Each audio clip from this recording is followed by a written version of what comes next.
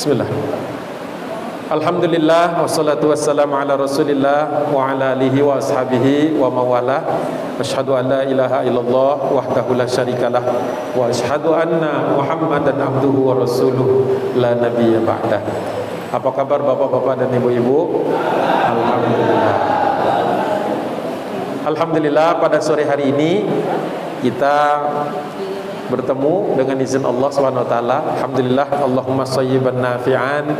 Dalam keadaan hujan, insyaAllah banyak berkah yang turun.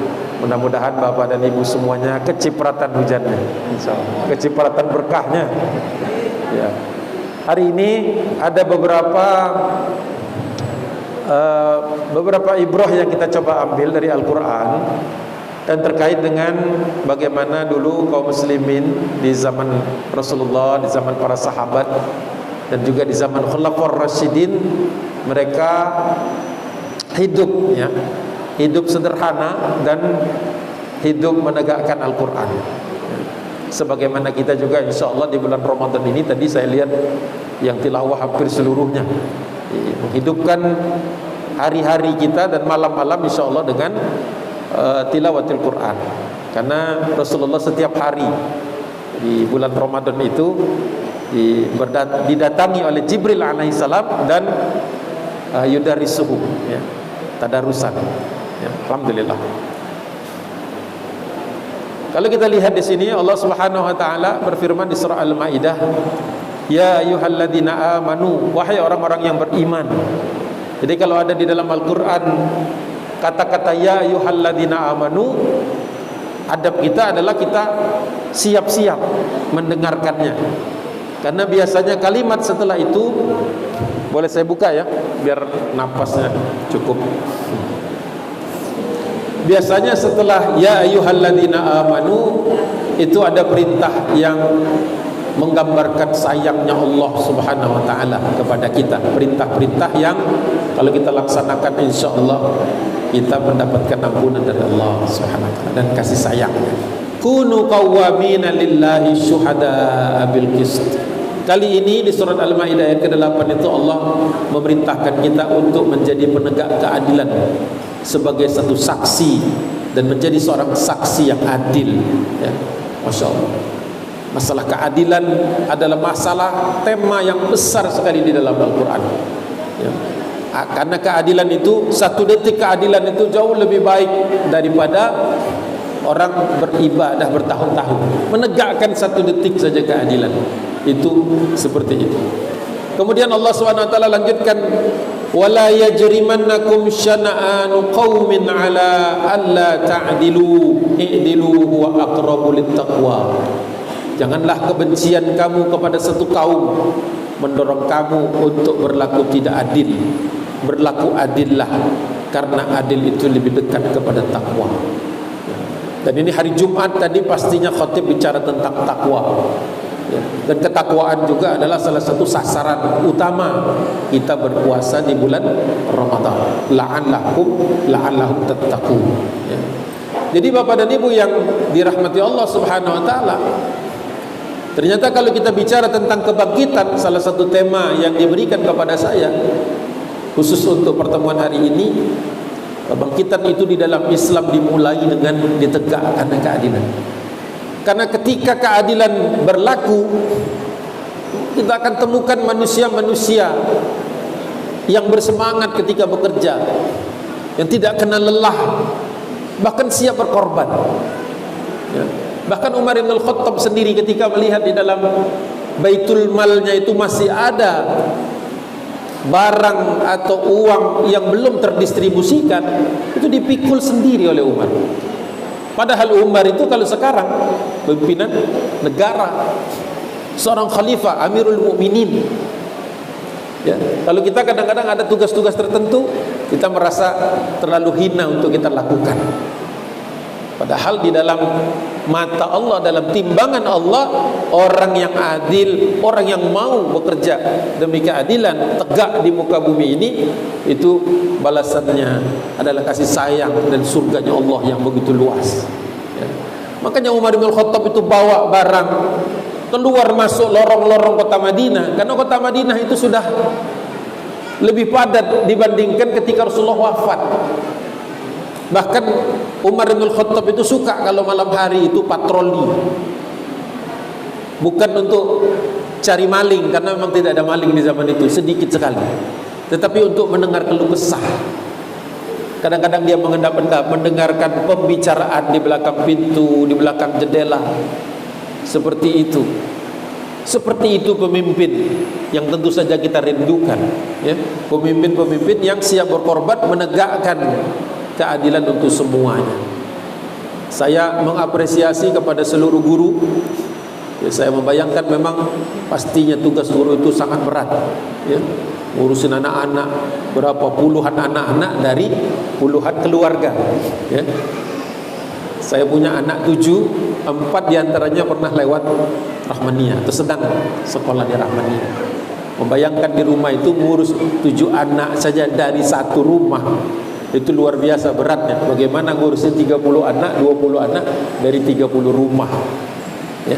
Pastinya itu insya Allah diganjar Allah Subhanahu Wa Taala jauh lebih tinggi daripada apa yang bisa diganjar oleh Yayasan Rahmani, ya. Harus yakin, seyakin-yakinnya. Karena apa? Kita ingin mencatatkan diri kita sebagai orang yang adil ketika ngajar, ya. Ketika ngajar kita memperlakukan semua anak itu sama, memperlakukan anak itu sebagai anak-anak kita, ya. Pastinya berat. Saya mengapresiasi setiap hari ketika anak-anak berangkat sekolah. Alhamdulillah sudah mulai berangkat lagi. Mudah-mudahan Bapak dan Ibu guru diberikan kesehatan oleh Allah Subhanahu Wa Taala, diberikan rizki yang cukup, dan juga diberikan keluasan dan kelapangan hati, sehingga Allah Subhanahu Wa Taala nanti panggil untuk masuk ke dalam surganya. Saya tidak tahu ada gak pintu khusus untuk guru. Kalau ada, saya yakin ada pintu-pintu khusus untuk para pendidik penuntut ilmu. Mudah-mudahan Bapak dan Ibu semuanya masuk dari pintu itu. Amin ya rabbal alamin. Kemudian Allah berkata, Allah berfirman, innallaha khabirum bima ta'malun. Kembali ketika kita melakukan hal-hal yang mungkin tidak dilihat orang. Ini lakukan gak ya?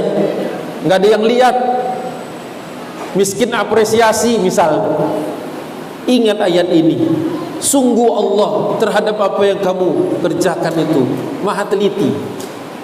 Tidak ada yang luput dari sisi Allah, ya.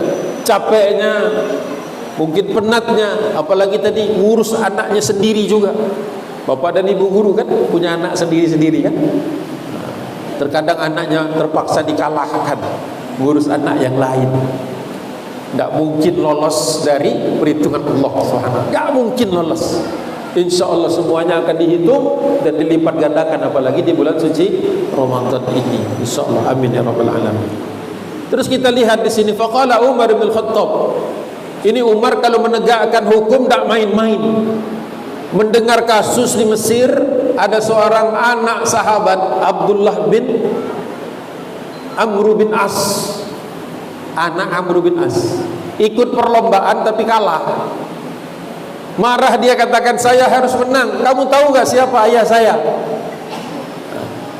Akhirnya dimenangkan, tapi sampai kepada Umar bin Khattab. Dipanggil anak itu, dipanggil gurunya yang memutuskan perkara itu, dan dipanggil Amr bin As, ya. Langsung ditegur oleh Umar bin Khattab. Di dalam salah satu riwayat bahkan Umar mengirimkan sepotong tulang. Diambilkan tulang hewan, kemudian ditarik garis di situ, ya, menggunakan pedang yang ditarik garis, kirim balik ke Fustat, belum ada Kairo, kirim balik ke Fustat. Apa ini Umar? Amr bin As kalau dia masih lurus, masih ada imannya, ngerti dia. Kalau kita dikasih tulang, ini ngejek ini, dagingnya dimakan, tulangnya dikasih, sama kayak ngasih piring kotor.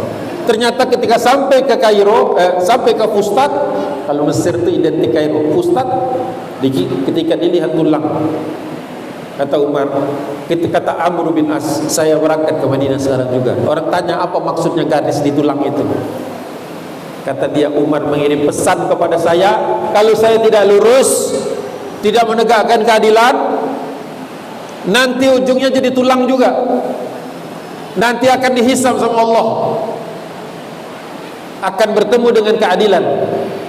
Karena Umar bin Khattab ketika berkata, hasibu anfusakum qabla an tuhasabu, hisab dirimu sebelum kau dihisab. Nah, inilah rahasianya kenapa di zaman Umar hampir tidak ada maksiat, sedikit sekali orang yang berani melanggar syariat Allah. Jadi keadilan itu, makanya sedetik keadilan ditegakkan oleh pemimpin yang adil seperti Umar bin Khattab dan tegas, tidak pandang bulu, Masya Allah. Itu kalau ditanya kenapa Indonesia gak bangkit-bangkit, kenapa organisasi kita gak maju-maju, atau kenapa diri kita sendiri gak naik-naik kelasnya, ketakwaannya, karena kita sendiri buat adil masih susah. Kata Umar bin Khattab ketika Amr bin As dipanggil, kata Umar, ya, muzkum, maaf ini karena kecil sekali gak kebaca saya, muzkum ta'bidtumun nas, ya. Kata Umar bin Khattab, sejak kapan kalian menyombongkan diri? Sejak kapan kalian memperbudak? Ta'bid itu, sejak kapan kalian memperbudak manusia? Karena tadi ada orang yang non muslim yang harusnya menang dikalahkan karena anaknya Amr bin As, anak gubernur, harus menang. Jadi kata Umar bin Khattab seperti itu. Wa qad wulidtum ummahatuhum ahraran. Bukankah setiap anak itu ketika lahir dari rahim ibunya lahir dalam keadaan merdeka? Masya Allah. Ya. Ketika memperlakukan dengan adil, satu detik saja di sisi Allah Subhanahu wa taala timbangannya berat sekali. Ketika ibu guru tahu anaknya lagi nunggu nih, harus dijemput, hujan pula, sekolah belum juga ditutup, kelas masih ada sedikit-sedikit yang harus dikerjakan. Ketika itu mungkin saja ada rasa, tinggalin aja dah, urus anak orang, anak sendiri kak urus, terbersit di dalam benak, dikalahkan, dikerjakan. Allah jaga anak, jalan jadi lancar padahal tadinya macet. Ingat kalau Allah ingin kebaikan kepada diri seseorang, Allah tanamkan rasa takut untuk tidak adil. Itulah kebangkitan yang hakiki, kebangkitan yang didasari atas keadilan. Itu poin pertama. Poinnya gak banyak insya Allah, cuma ngomongnya aja saya di kebanyakan. Beda dengan Nabi SAW. Kalau Nabi itu salah satu kelebihannya adalah jawami'ul kalim. Kalau ngomong sedikit maknanya banyak. Kalau manusia ngomongnya banyak, maknanya kadang nol. Jadi mohon maaf kalau bertele-tele.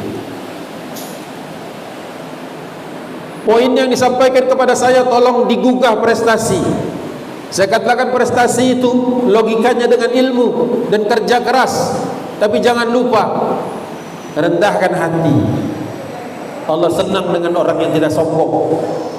Allah senang dengan orang-orang yang ketika berhadapan dengan ilmu mereka itu merendah, dan orang ahli ilmu dihormati. Ya. Ini perkataan Umar juga, karena saya ambil dari sirahnya Umar. Buku ini saya yakin terjemahannya sudah banyak, ya. Karena buku ini ditulis oleh seorang penulis yang bagus sekali untuk urusan sirah dan tarikh. Namanya Dr. Ali Muhammad As-Sallabi. Ya, kalau punya bukunya baca ulang. Beliau menuliskan terhadap Abu Bakar Siddiq, Umar bin Khattab, Utsman bin Affan, Ali bin Abi Thalib, dan Umar bin Abdul Aziz. 4 buku itu dipegang. Ceritanya banyak sekali, ilustrasinya banyak sekali, teorinya juga bagus, kuat. Ini buku kontemporer, memang tidak seperti Sirah Nabawiyah Ibnu Hisham, tidak seperti Al-Bidayah wa Nihayahnya Ibnu Katsir, tidak seperti At-Tabaqat Al-Kubranya Ibnu Sa'ad atau Maghazinya Al-Waqidi. Tapi buku ini mengambil dari berbagai sumber. Kadang-kadang daftar isinya bisa 14 halaman. 14 halaman hanya maroji. Masya Allah, ya? Jadi saya sarankan, kalau di perpustakaan belum ada, seandainya ada kuis, ada sayembara, tolong hadiahkan buku itu untuk bapak dan ibu guru. Kalau mau tambahkan lagi umroh, bagus banget, ya. Tapi minimum dapat buku, insya Allah, ya, investasi panjang.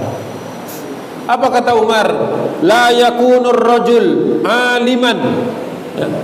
ya, aliman hatta la yahsuda min fawqihi wala yahkira min dunihi wala ya'khudha ala ilmi ajran ala ilmihi ajran. Kata Umar bin Khattab, ini masalah prestasi. Tidaklah seorang laki-laki atau perempuan ya, bisa dikatakan dapat ilmu atau berilmu atau menjadi orang yang berilmu sampai dia bisa melakukan apa? Tidak hasad kepada orang yang di atasnya dan tidak meremehkan orang yang di bawahnya dan tidak menjual ilmunya. Syarat orang punya prestasi, pasti punya ilmu, pasti punya usaha, tapi ada 3 hal. Dengan ilmu itu tidak hasad, tidak dengki kepada orang yang di atasnya, tidak menginjak orang yang di bawahnya, merendahkan, dan tidak menjual ilmunya untuk imbalan-imbalan ya. Tapi begitu saya sebutkan yang ketiga tadi, mulai banyak yang tengok kiri kanan. Nah, gitu kan. Ini gimana nih? Jangan-jangan ini besok gajian ditahan. Kenapa? Dalilnya ini. Bukan begitu ya. Nah, bukan begitu. Nanti ada penjelasannya insyaallah. Cuma kalau tidur biasanya nggak dapat penjelasannya. Jadi atensi. Yang pertama yang harus dilakukan ketika kita berilmu, biasanya ada godaan, kita merasa lebih hebat. Ketemu orang lain ternyata dia lebih hebat. Langsung ada rasa di dalam diri, dia ini pasti ada sesuatunya. Ya, mulai yang enggak yang dibayangkan. Padahal memang dia rajin, bacanya sering, berguru pula. Tapi karena kita keburu sudah merasa lebih hebat, dia lupa di atas langit ada langit lagi. Itu satu. Jadi kalau orang sudah berilmu, yang benar kata Umar, ketika melihat di atas ada orang lebih hebat, langsung minta diangkat jadi murid. Jadi bu guru, pak guru juga murid. Kenapa? Karena kalau nggak begitu ngeri saya nyekolahin anak di sini, ilmunya nggak naik-naik. Ya. Jadi logika sederhana kita bicara prestasi, bukan bagaimana kita mengetahui soal, tahu jawabannya, persiapan siang dan malam, tidak. Ilmu dari Allah, dan ilmu itu bentuk aslinya berupa cahaya. Cahaya Allah Subhanahu wa taala itu tidak turun kalau orangnya gelap. Orang gelap itu orang yang lihat kiri dia benci, lihat kanan dia ngiri, lihat atas dia kesel, lihat bawah dia. Nah ini dia yang mau dia tekan. Itulah kenapa orang tidak maju-maju. Itulah kenapa tidak ada prestasi akhirnya. Ya, gimana mau mengandalkannya? Dan ke bawah juga. Ketika kita melihat ada orang yang tidak mau, tidak mengerti atau kurang, kita berpikir kalau saya bagi nanti saya kurang. Kalau saya bagi ntar dia bisa. Ntar nanti kalau kepala sekolah nyari orang bisa, dia jadi di sebelah. Mikirnya macam-macam. Dia lupa rumus sederhana. Ketika dibagi, ilmu nambah. Satu-satunya kenapa ilmu itu bertentangan dengan ilmu ekonomi, kalau harta dibagi habis, kalau ilmu dibagi nambah. Makanya orang yang rajin ngajar, makanya guru-guru selalu ininya tajam. Kenapa? Ngajar terus sambil menjem juga bisa ngajar, saking seringnya dan ngelotok. Tapi jangan lupa tambah wawasan ya. Itu kelebihan bu guru dan pak guru. Dan selalu saya ulang hadis ini, idza mata bani adamin qata'a a'maluhu. Kalau anak Adam meninggal dunia, idza mata bani adam, meninggal manusia, semua kita anak Nabi Adam, in qata'a, terputus a'maluhu, amal-amalnya kecuali 3. Guru dapat 3-tiganya. 1 sedekah jariyah, sedekah ya, sedekah. Guru bisa sedekah, bisa senyum ketika ketika murid masuk, tabassumuka liwajhi akhika sedekah. Bayangin tiap pagi orang lain memulai kerjanya, Pak, Bu, berebut laporan belum selesai, ya kan? Ntar nanti rapat dikejar-kejar bos. Bapak Bu guru lihat anak-anak, apalagi anak-anak seger-seger datangnya, senyum. Yang kedua, au ilmin yuntafa'u bihi. Ini default. Guru itu keberadaannya di sekolah, ketika dia berangkat dari rumah dengan niat saja, udah itu dicatat sepanjang jalan sampai di sekolah. Ini bahkan belum pulang, masih dicatat terus. Masih dicatat terus. Asal niatnya tadi karena Allah, sampai pulang nanti, Masya Allah. Dan yang terakhir, awwaladin salihin yad'ulah, atau anak-anak soleh yang mendoakannya. Ya, makanya anak-anak kalau bisa diajarkan berdoa di rumah dan mendoakan gurunya. Selalu saya bilang, ini belajar apa? Dari gurunya. Gurunya siapa namanya? Sudah terima kasih belum? Sudah cium tangannya belum? Lagi pandemi, Bi. Pinter aja dia cari jawabannya. Nanti kalau sudah nggak pandemi lagi, cium tangan nggak? Insya Allah katanya. Alhamdulillah. Itu. Dan tidak memungut. Nah, ini tadi yang disenggol-senggol. Tidak memungut. Tidak memungut itu kita bikin, kita patok, ya, kita patok. Tapi Bapak dan Ibu guru ada hadir di sini, ada tanda tangan kontrak nggak? Ada tanda tangan kontrak? Ada. Kalau nggak ada, minta tanda tangan kontrak. Karena di dalam kontrak itu ada hak dan kewajiban. Jadi dibayar oleh Rahmani bukan ilmunya, kehadirannya, ngajarnya, kasih sayangnya, curahan perhatiannya. Ilmunya Rahmani nggak bisa bayar. Ilmunya dari mana? Dari Allah. Gimana caranya bayar ke Allah? Kali 100-an orang. Jadi yang dibayar itu bukan ilmunya. Ilmu itu tidak ada yang bisa bayar. Ya, jadi bayar itu waktu. Bapak dan Ibu terhambat dari melakukan yang lain, dari jam 8 sampai jam 4 atau lebih, itu yang dibayar. Makanya perlu layak. Tiap kali saya ngomong ke sini, saya tidak takut kalau nggak diundang lagi. Tolong yang namanya guru, kesejahteraannya nomor 1. Ya, jangan sampai gurunya susah di rumah. Ya, jangan sampai suruh gurunya susah di rumah. Ya, selalu saya sampaikan itu, boleh dicatat, boleh dilihat rekamannya. Setiap kali ngomong di Rahmannya seperti itu. Dan insya Allah boleh dicek, tidak ada ngutang saya. 4 anak semuanya dibayar, tidak akan lebih dari utang 10 insya Allah. Jadi hak saya, kewajiban saya sudah tunaikan. Anak saya sudah dapat pendidikan bagus di Rahmani, ya. Satu di Kairo, lagi sekolah di Al Azhar, dan satunya lagi sekarang di Gontor, alhamdulillah. 2 masih sekolah, yang satu di Ma'had Rahmaniyah juga, yang satu lagi masih kelas 3 SD. Saya berterima kasih kepada seluruh guru yang pernah mendidik anak kami. Ya, jazakumullah khairan jazak.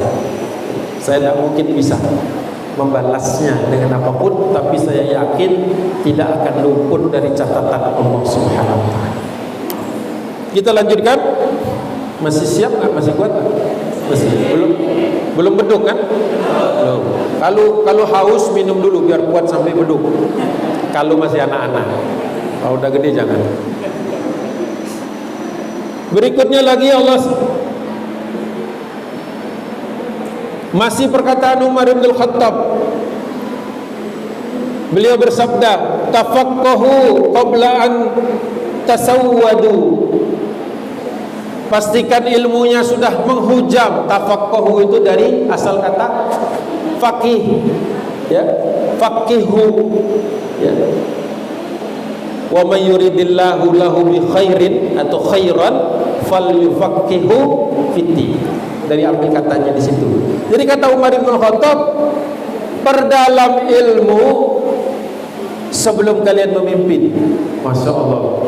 Jadi dilarang di zaman Umar, orang blow on mimpin dilarang. Dilarang. Ya, di zaman Umar nggak bakal. Kata Umar bin Khattab seperti itu. Setelah itu kata Umar, apa ini? Fanamna'akum, akan terhambat dari kalian apabila al-anfaku minat ta'allum, tidak akan sampai kepada kalian ilmu tersebut kalau kalian sombong di atas proses belajar. Di balik kalimatnya, ya. Ingat, sombong. Makanya anak-anak yang pinter-pinter di kelas, guru seneng. Kenapa? Ngajarnya gak capek. Tapi jangan lupa, yang pinter-pinter itu tanamkan nilai tawadu.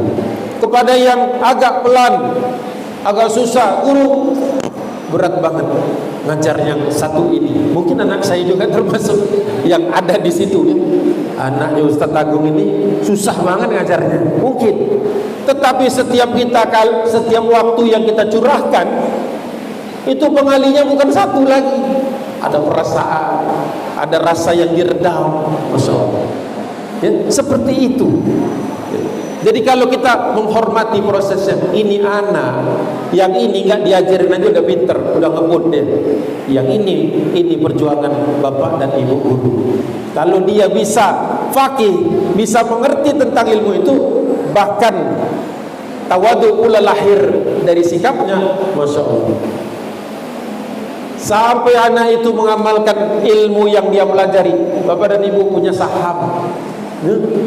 Jadi jangan kaget itu dengan yang punya saham di perusahaan berlembar-lembar, kalau bagi dividen duitnya banyak. Pak guru ada dividen nggak? Nggak ada.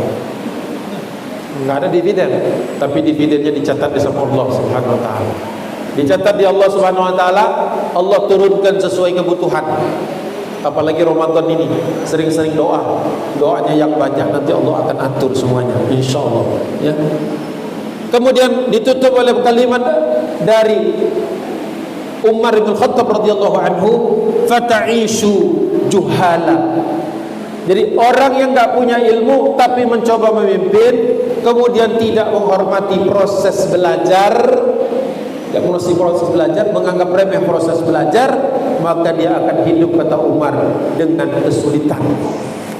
Hidup dengan kesulitan. Sebagaimana Imam Asy-Syafi'i pernah mengatakan, orang yang malas belajar akan merasakan sulitnya kebodohan.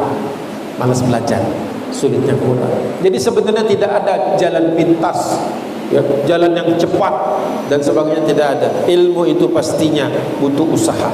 Inilah prestasi yang harus kita tanamkan, baik kepada guru maupun kepada anak-anak. Satu lagi, insyaallah, pengabdian. Allah Subhanahu wa taala berfirman di surah Al-Anbiya ayat 94. A'udzu billahi minasyaitonir rajim. Bismillahirrahmanirrahim.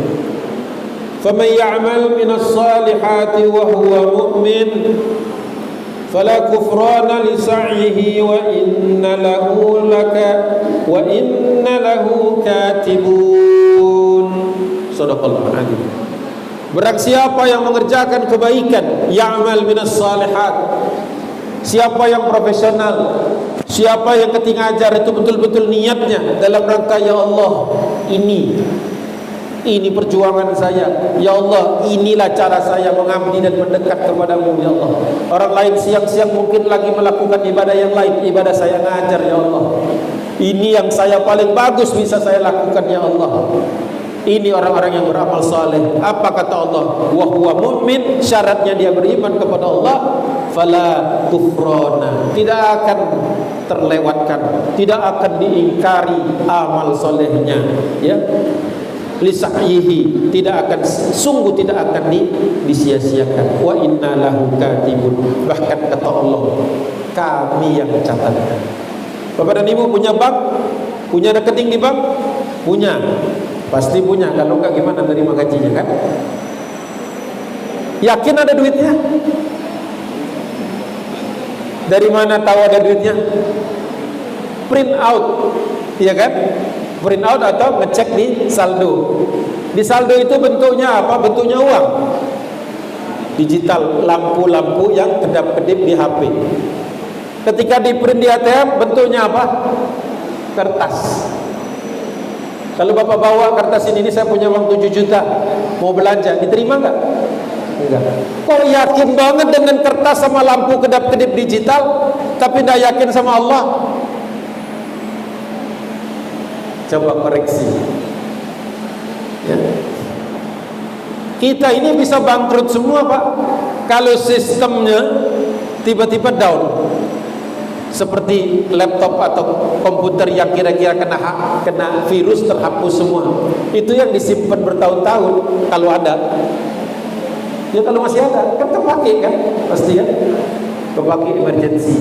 Ya mungkin kalau yang tadi di depan, yang jago-jago, mungkin lebih banyak duitnya, insyaallah. Amin, amin ya rabbal alamin. yang kita sudah simpan, yang kita catatkan di sana, tiap hari kita setor, kita takut-takut ngambilnya kan, ngambil takut-takut. Tiba-tiba lampu mati, listrik jatuh, di pusatnya jatuh, tiba-tiba error, besok pagi dicek sudah nol. Gimana rasanya? Mungkin gak terjadi di sisi Allah yang kita sudah kerjakan? Gak mungkin. Tidak ada yang mati di sisi Allah. Tidak ada sistem yang error. Tidak ada virus yang bisa menghancurkan database amal kita. Jadi ketika kita sudah pasrah sama Allah Subhanahu wa taala, saya sering sekali menghadapi masalah-masalah tidak selesai-selesai karena saya coba selesaikan. Saya sudah berusaha, tidak selesai-selesai. Ya Allah, Engkau tahu saya sudah usaha. Kali ini saya, ya Allah, mungkin saja ini selesai, atau mungkin saja ini enggak selesai karena saya terlalu mengandalkan diri, lupa kepadamu ya Allah. Terus saya bilang, ya sudahlah, Allah Subhanahu wa taala yang ngatur nanti. Baru pergi ke sana, selesai masalah. Tapi itu enggak bisa sama kita semua, Pak. Bapak dan ibu kita tidak persis sama, karena Allah menguji kita sesuai dengan tingkatan kita masing-masing. Bapak dan ibu mungkin belum menyelesaikan masalah, sudah selesai, karena Allah tahu ini harus lebih cepat. Kalau Agung tahan aja dulu, orangnya agak sombong, dia pikir dia bisa selesaiin sendiri, kata Allah kita tungguin aja dulu. Dimana dia mentok belum? Ketika mentok dia ambil wudu, dia sujud. Nah, yang ditunggu-tunggu Allah itu yang begini. Tapi kalau orang-orang yang memang sehari-hari melakukan kebaikan, bahkan gak minta untuk dibantu, Allah bantu. Makanya ketika ada orang lain punya masalah, masalahnya cepat selesai, jangan iri. Saya sudah usaha, udah kontak sana kontak sini, tidak selesai. Dia nggak ngapa-ngapain selesai. Allah tidak adil. Astagfirullahaladzim. Allah, kita kan tahu tadi malam sholatnya lebih panjang dia. Kemarin waktu buka puasa kita tidak tahu doanya lebih panjang dari kita. Tadi pagi dia sudah ngantar orang yang bantu orang yang sakit, ngantar orang paket-paket sembako. Kita cuma ngiri dengan yang kelihatan, lupa dengan yang di belakang layar. Itulah pengabdian. Allah tidak akan ada sedikit pun Allah silap, Allah tidak catat atau lupa atau ketuker. Tidak perlu takut, tak perlu takut ya? Masya Allah. Kemudian saya lanjutkan lagi untuk penutup, karena waktu kita memang cukup terbatas. Nanti kalau memang diperlukan tanya jawab, insya Allah boleh. 10 menit cukup nggak untuk tanya jawab? Seserius apa sih zaman itu? Kata Dr. Ali Muhammad As-Sallabi, lamma kanatil khilafatu dinan wa qurbatun yataqarrabu biha ila Allah Ta'ala. Ada masa ketika jabatan, tanggung jawab, tugas, amanah dilihat sebagai identik dengan agama, dilihat sebagai cara untuk mendekatkan diri kepada Allah. Inilah masa-masa gemilang kaum muslimin. Ada kalanya jabatan dilihat berapa sih gajinya. Ada jabatan tugas dilihat ini berapa banyak proyeknya. Ketika sebuah kedudukan dilihat ini kira-kira menguntungkan tidak. Berarti zamannya sudah berlalu. Zaman dulu orang ketika melihat jabatan takut. Mereka menolak, mengajukan orang lain. Bahkan kalau tidak ada orang lain, terpaksa dia istighfar, bertobat. Ya Allah, salah apa saya sampai dikasih tugas? Kalau sekarang kebalik, ya Allah, salah saya apa? Kok nggak dapat jabatan? Kata Umar bin Khattab, semua orang yang pernah bertanggung jawab tapi tidak melaksanakannya, berarti dia ngantrinya lebih lama, dia will hisab. Kebayang kita ngantri, tidak sempat kata Nabi kita lihat kiri kanan, tapi semua orang jalan sesuai dengan amanahnya, sesuai dengan tanggung jawab. Kalau guru orang-orang pelayanan umum yang nyapu-nyapu di jalan, yang rekeningnya nggak gendut-gendut, sampai orangnya juga kurus, itu lancar sekali insya Allah nanti hisab. Ya, pegang-pegang juga gitu. Ya agak-agak gemuk. Saya juga pegang, saya nggak ngelirik mana-mana. Ya, mudah-mudahan gemuknya ini karena berkah. Ya, bukan karena sakit. Sakit sumber penyakit dari perut, orang nggak bisa ngatur isi perut. Inilah orang-orang yang biasanya memang juga banyak masalah kepada Allah dan kepada dirinya sendiri. Apa kata Umar? Apa kata Dr. Ali Muhammad As-Salabi? Fa inna man yatawalaha wa yusinu fiha fa innahu yurja lahu mathubatahu. Kalau kita lihat terjemahannya, dulu orang melihat jabatan itu sebagai cara untuk memperbaiki agama, sebagai cara untuk mendekatkan diri kepada Allah. Maka setiap orang yang memberikan pelayanan, yatawallaha, siapa-siapa yang membantu orang pintar, mengajar orang menjadi tahu, mengatasi problema, mengantarkan sembako, menengok orang yang sakit. Pernah dengar cerita Abu Bakar Siddiq? Pagi-pagi sebelum mulai subuh, Rasulullah berbalik badannya.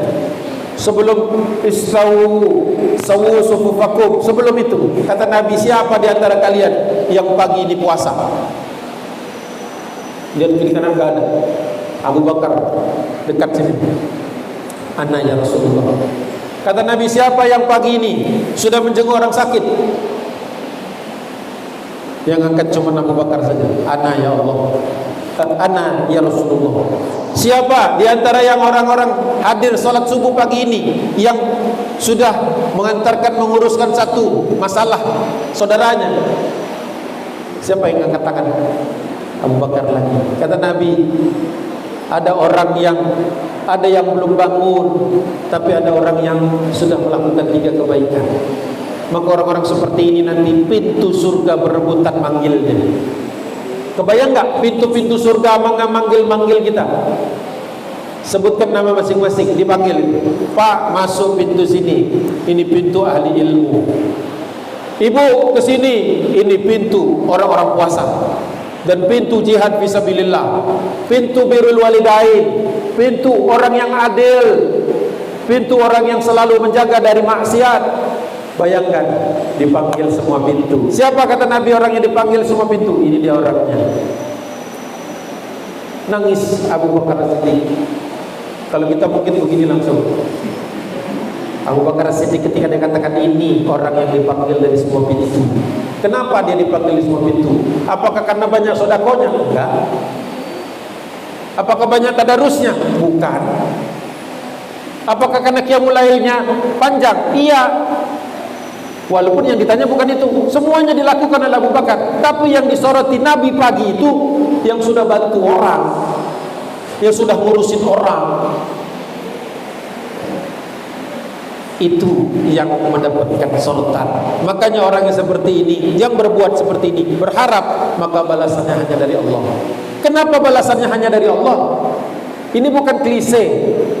Karena yang memang bisa bahas itu hanya Allah. Yang bisa balasannya Allah. Manusia gak bisa. Paring kita itu ngumpulin akhir sanah ya, ngumpulin sekian ratus ribu, dikumpulin jadi satu, dibagikan ke Pak Guru, Bu Guru. Jelas gak cukup. Mau dikumpulkan kayak gimana pun oleh orang tua siswa, gak bakal cukup Pak. Karena tidak sepadan dengan pengorbanan. Sepadan. Itu cuma tali kasih, simbolis aja. Kalau mau ganti semua keringat, semua perasaan, nggak bisa, impossible. Jadi jangan pernah diukur, ya Allah kerja setahun cuma, gitu. Jangan. Kenapa? Perhatiannya itu betul-betul. Karena apa? Itu cuma di dunia saja, simbolis. Yang nanti didapatkan di akhirat itu melebihi yang mungkin kami dapatkan sebagai orang tua siswa. Inilah diantara yang saya bisa bagi, karena memang waktunya terbatas. Saya juga tidak mau menghambat acara-acara selanjutnya setelah ini. Mohon maaf kalau ada kata-kata yang mungkin tadi keliru atau ada yang tersinggung. Mohon bukakan pintu maaf. bagi saya. Billahi taufiq wal hidayah, wallahul muwaffiq ila aqwamit thariq. Assalamualaikum warahmatullahi wabarakatuh.